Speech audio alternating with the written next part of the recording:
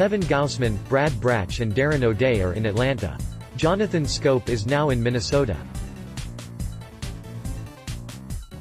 Britton is headed back to the Bronx and Manny Machado is on deck.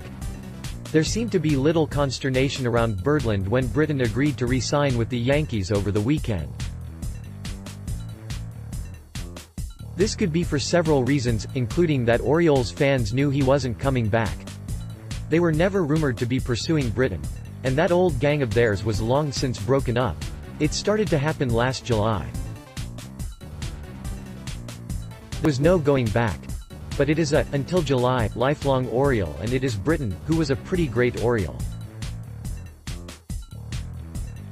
I sure don't ever speak for the fans, but I hear from a lot of them. I just think everyone knew Britton had long since pitched his last game in Baltimore, and everyone knew there was a chance he'd wind up staying with New York.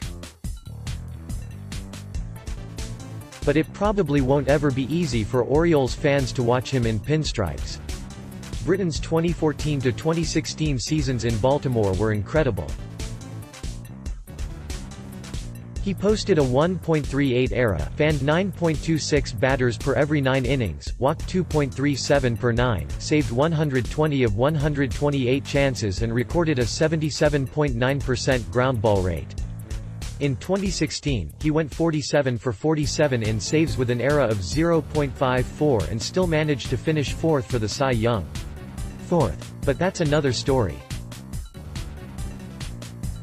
Britton was great that year for the Orioles, but ironically didn't pitch in the season's biggest game, the 2016 American League Wild Card game in Toronto. For all the good he did in many years as O's manager, that was Buck Showalter's biggest blunder, and it might have been the beginning of the end for that group of winning Orioles. They would fade down the stretch in 2017 and bottom out a year later, leading to the dismissals of Showalter and Dan Duquette and others since last season ended.